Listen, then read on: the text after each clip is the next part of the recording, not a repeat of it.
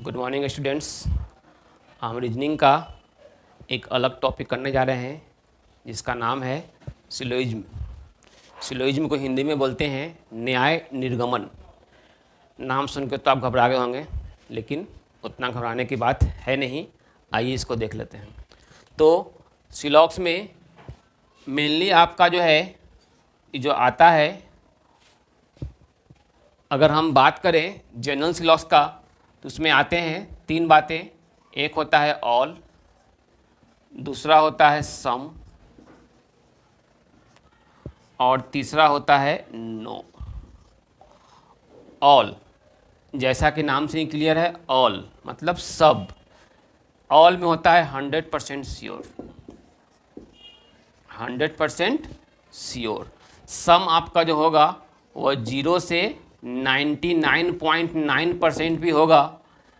इसको 0.1 कर दीजिए, आपको समझने में आसान होगा। तो सम का मतलब 0.1 से 99.9% भी सम में आता है। अगर 0.1%, 0.01% भी अगर डाउट है किसी के बारे में तो वह सम होगा, लेकिन जिसके बारे में हम 100% श्योर होते हैं वो आपका ऑल हो जाता है। अब आगे देखते हैं हम लोग। तो नो, अब नो को आप बोल सकते हैं कि नो का मतलब 0%, लेकिन नहीं, नो का मतलब भी होता है 100%। अब समझिए कैसे। हम आपको जानते हैं, हम 100% श्योर हैं कि हम आपको जानते हैं। नो, हम आपको नहीं जानते हैं, हम इनसे कभी नहीं मिले हैं, इन्हें नहीं जानते हैं, हम श्योर हैं कि इन्हें नहीं जानते हैं, इसलिए नो को भी बोलते हैं 100%। और सम का मतलब क्या होता है, आप इनको जानते हैं तो शायद कहीं देखे हैं, शायद कहीं मिले हैं। तो जहाँ पे डाउटफुल बात होता है, शायद आ जाता है, वहाँ पे हम सम का बात करते हैं। अब सवाल उठता है कि क्वेश्चन सॉल्व करने के लिए हमारा अप्रोच क्या होगा। तो इसे हम सीखेंगे वेन डायग्राम के माध्यम से। तो हम यहाँ पे तीनों वेन डायग्राम का बात करेंगे। अगर ऑल का बात करें तो मान लीजिए कि ए कोई एलिमेंट है, तो अगर लिखा हुआ है तो ए, ये जो आपका जो बना डायग्राम, इसको बोलते हैं ऑल ए आर बी।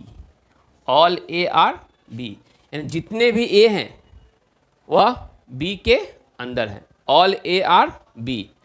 उसी प्रकार सम, अगर बोला सम ए इज बी, तो सम ए इज बी का डायग्राम क्या होगा, सम। आप लोग पढ़े होंगे 9-10 क्लास में इंटरसेक्शन। इंटरसेक्शन का मतलब होता है कि इंटरसेक्ट करना, मतलब ये जो दो, ये ए और बी, तो यहाँ देख रहे हैं कि सम ए इज बी का मतलब क्या हुआ, कुछ ए बी है, और यहाँ क्या है, ऑल ए आर बी, सभी ए बी है।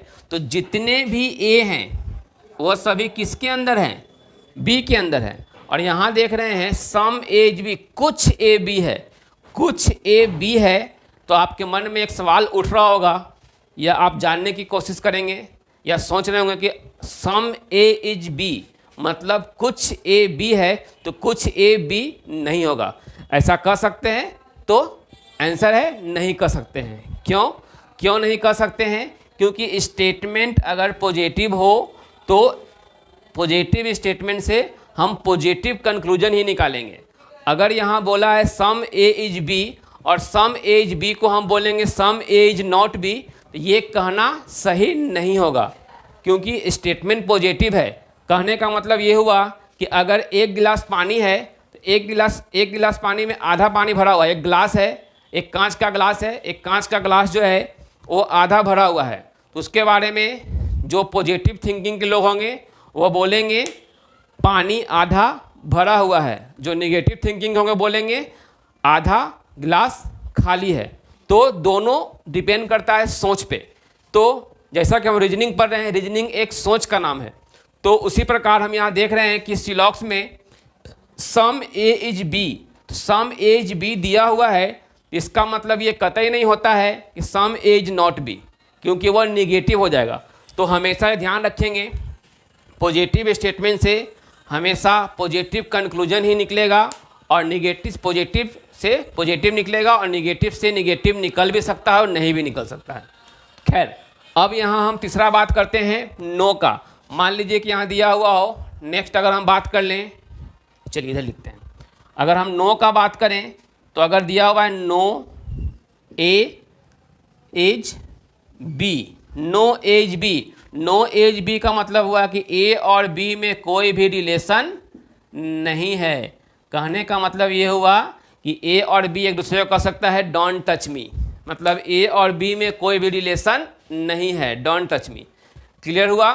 तो नो एज बी का मतलब ये हुआ कि कोई भी ए बी नहीं है, 100% श्योर है कि कोई भी ए बी नहीं है। तो ये हमारा जो है जनरल सिलॉक्स का एक कॉन्सेप्ट था। और हम थोड़ा सा यहाँ से आगे बढ़ते हैं, आप लोग चाहें तो इसे स्क्रीनशॉट ले सकते हैं। आइए,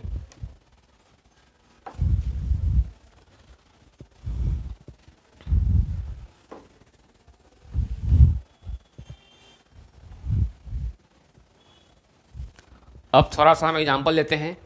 मान लीजिए कि एक एग्जांपल दिया हुआ है ऑल, एक एग्जांपल लेते हैं, all A is B, some B is C, all A's B, सभी ए बी हैं।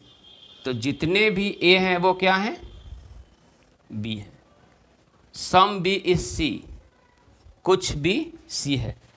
इसका कंक्लूजन क्या क्या हो सकता है? इनका कंक्लूजन क्या क्या आ सकता है? अगर ये बोले all A's B, all A's B, some B C, some B C, अगर स्टार्टिंग में बोल रहा है, फर्स्ट कंक्लूजन बोल रहा है सम एज बी, तो राइट है या रॉन्ग है? तो आंसर है बिल्कुल राइट। क्यों? ऑल ए इज बी, तो ऑल में सम, ऑल वाले स्टेटमेंट में सम का कंक्लूजन हमेशा सही होता है। अगर ऑल एज बी दिया हुआ है, अगर ऑल एज बी दिया हुआ है तो सम एज बी क्या होगा? सही होगा। बट सम वाले कंक्लूजन में ऑल का स्टेटमेंट कभी भी सही नहीं होता है। एग्जाम्पल तो समझिए, ऑल एज बी दिया हुआ है, अगर ये बोलता है all B is C, all B is C, तो आंसर होगा नहीं, ऑल बी सी नहीं होगा। ये हम बताना चाह रहे हैं आपको कि ऑल वाले स्टेटमेंट में सम का कंक्लूजन सही होता है, लेकिन सम वाले कंक्लूजन में ऑल का कंक्लूजन, सम का स्टेटमेंट में ऑल का कंक्लूजन सही नहीं होता है। तो ऑल एज बी है, सम एज बी हो सकता है, ऑल एज बी है, इसका मतलब कतई नहीं हुआ कि ऑल बी इज सी होगा। ओके, थर्ड बात, अगर यहाँ बोले सम सी इज बी, तो क्या होगा? ये भी सही होगा। अब सम बी इज सी आपका स्टेटमेंट दिया है, तो उसका रिवर्स मतलब कि सम सी इज बी भी सही होता है। फोर्थ, अगर यहाँ पे बोले some A is C, some A is C, some A is C right है या रॉन्ग है? तो आंसर होगा रॉन्ग। रॉन्ग क्यों हुआ? तो आप कह सकते हैं ए का रिलेशन बी से है, बी का सी से है, तो सी का भी ए से होगा, तो नहीं। अगर हमें डायरेक्ट अगर कोई रिलेशन स्टेटमेंट पे नहीं दिया हो, डायरेक्ट अगर कोई स्टेटमेंट में नहीं दिया हो, तो अपने मन से हम उसको कंक्लूजन को सही नहीं कर सकते हैं। मतलब ये हुआ कि ए और सी में कोई डायरेक्ट रिलेशन स्टेटमेंट से पता नहीं चलता है। स्टेटमेंट से ए और सी का डायरेक्ट रिलेशन पता नहीं चलता है, तो कंक्लूजन भी ए और सी का सही नहीं होगा। आप ऐसे कह सकते हैं कि जो दिखता है वही बिकता है। तो हम देख रहे हैं कि ए और सी में कोई रिलेशन नहीं दिख रहा है ना, ए और सी में कोई रिलेशन नहीं दिख रहा है। जब दिख ही नहीं रहा है तो इसका आंसर भी नहीं निकलेगा। अब आगे बढ़ते हैं। मान लीजिए कि यहाँ पे पांचवा बात, इसी को यहाँ बढ़ा रहे हैं आगे। फिफ्थ में अगर दिया हुआ हो कि some B is not C, some B is not C, तो सही कि गलत? तो आंसर होगा गलत। क्यों होगा? क्योंकि अभी हम बोले थे कुछ देर पहले कि पॉजिटिव स्टेटमेंट से निगेटिव कंक्लूजन कभी भी सही नहीं होगा। मतलब वो हुआ कि सम बी इज सी है, तो इसका मतलब कतई नहीं हुआ कि सम बी इज नॉट सी होगा। जब आपका स्टेटमेंट पॉजिटिव हो तो पॉजिटिव स्टेटमेंट से निगेटिव कंक्लूजन किसी भी कीमत पे सही नहीं करना हो। तो हम यहाँ पे मेनली इतने सारे एग्जाम्पल से हम दो बात सीखें। पहला बात ये कि ऑल वाले स्टेटमेंट में सम का कंक्लूजन हमेशा सही होगा, बट सम वाले कंक्लूजन से ऑल का स्टेटमेंट सही नहीं होगा। दूसरा बात ये सीखें कि अगर स्टेटमेंट पॉजिटिव हो तो स्टेटमेंट पॉजिटिव रहे तो उसमें निगेटिव कंक्लूजन कभी भी सही नहीं होगा। एग्जाम्पल के थ्रू समझिए, यहाँ पे हम दिए थे आपको ऑल ए इज बी, तो सम ए इज बी सही हुआ। हम क्या बोले, ऑल वाले स्टेटमेंट में सम का कंक्लूजन हमेशा सही होता है। उसी प्रकार यहाँ देखिए ऑल बी इज सी, यहाँ देख रहे हैं कि ऑल ए इज बी है, यहाँ सम बी इज सी है, तो जब सम बी इज सी है तो ऑल बी इज सी कभी सही नहीं होगा, क्योंकि हम क्या बोले, सम वाले कंक्लूजन से ऑल का, सम वाले स्टेटमेंट से ऑल का कंक्लूजन सही नहीं होगा, बट ऑल के स्टेटमेंट से सम का कंक्लूजन सही होगा। तीसरा देखते हैं सम सी इज बी, यहाँ दिया हुआ था स्टेटमेंट में सम बी इज सी, तो उसका reverse some C is B क्या होगा, राइट होगा। उसके बाद यहाँ देखते हैं सम ए इज सी, दिया हुआ सम ए इज सी, तो हम देख रहे हैं कि यहाँ ए का रिलेशन बी से है, बी का रिलेशन सी से है, बट ए का डायरेक्ट रिलेशन सी से नहीं है। जैसा कि आपको हम पहले बता चुके हैं, अभी हम बोले भी हैं, जो दिखता है वही बिकता है। तो यहाँ देख रहे हैं कि ए और सी जो है दिख नहीं रहा है। जब वो दिख नहीं रहा है तो इसका हम कंक्लूजन भी सही नहीं कर सकते हैं।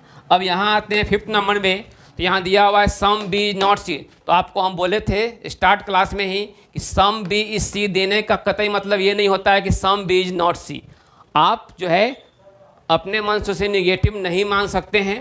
और एक एग्जाम्पल ले सकते हैं इसमें, अगर दिया हुआ हो ऑल बी इज ए, तो आपका आंसर क्या होना चाहिए, राइट या रॉन्ग, तो आंसर होगा रॉन्ग।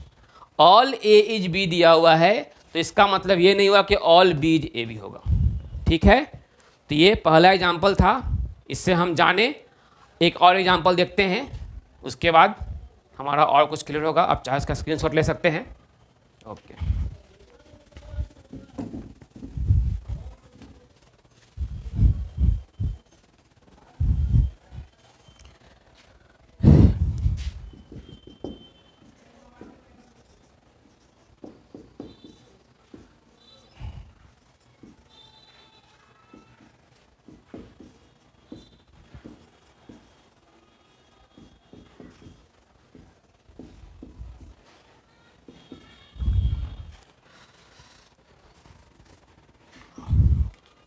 आइए अभी नेगेटिव पे नहीं जा रहे हैं, पॉजिटिव में लेके चल रहे हैं।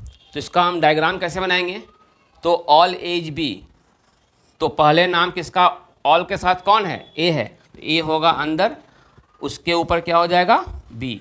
सारे के सारे ए पे किसका अधिकार है, तो बी का अधिकार है। सम बी इज सी, कुछ बी के कुछ पार्ट पे किसका अधिकार है, सी का, और सी के कुछ पार्ट पे किसका अधिकार है, डी का। अब यहाँ से हम कंक्लूजन का बात करें तो कौन कौन सा कंक्लूजन सही होगा, तो एग्जाम्पल देखते हैं। पहला, अगर यहाँ पे दिया हुआ हो सम ए इज डी, तो ये सही है कि गलत है, तो आंसर होगा गलत। क्यों गलत, ए और डी में कोई डायरेक्ट रिलेशन नहीं दिया हुआ है, इसलिए हम सम ए इज डी को सही नहीं कर सकते हैं। दूसरा, हाँ, अगर आप आगे बढ़ेंगे सिलॉक्स में तो जब पॉसिबिलिटी का केस आएगा तो उस पॉसिबिलिटी के केस में ये आपका सही हो सकता है, तो वो दूसरा केस होता है, वो थोड़ा एडवांस फॉर्म होता है, वो हम लोग अगले वीडियो में देखेंगे, बाद में देखेंगे। अब यहाँ देख रहे हैं सम ए इज डी, आगे दिया हुआ है ऑल बी इज ए, ये भी क्या होगा, ये भी आपका गलत होगा। तीसरा देखते हैं कि अगर दिया हुआ हो सम बी इज नॉट सी, क्या बोलेंगे, सम बी इज नॉट सी, कुछ भी मतलब यहाँ देखिए कि निगेटिव आ गया, स्टेटमेंट कोई भी निगेटिव नहीं है, सीधे काट दीजिए। फोर्थ देखते हैं, यहाँ लिखते हैं। फोर्थ यहाँ देख लेते हैं कि अगर दिया हुआ हो सम ए इज बी, तो सही है कि गलत है? तो ये बिल्कुल सही है। क्यों सही हुआ? ऑल ए इज बी था ना, तो ऑल वाले स्टेटमेंट से सम का कंक्लूजन क्या होता है? सही होता है। और एक एग्जांपल ले सकते हैं हम, जैसे कि यहाँ पे दिया हुआ हो सम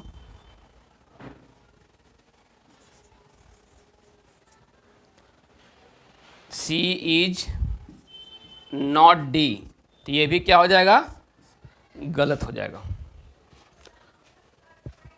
और एक एग्जांपल ले लीजिए, सम सी इज बी, तो ये क्या होगा? सही हो जाएगा। तो उम्मीद करते हैं आज का वीडियो पसंद आया होगा, है ना। आगे हम इसका एडवांस फॉर्म देखेंगे और भी निगेटिव जो होगा उसके बारे में जानेंगे, मतलब सम नॉट का केस देखेंगे। तो सम नॉट का केस, पॉसिबिलिटी का केस आपको एडवांस फॉर्म में होता है, वो हम लोग अगले वीडियो में देखेंगे। Thank you.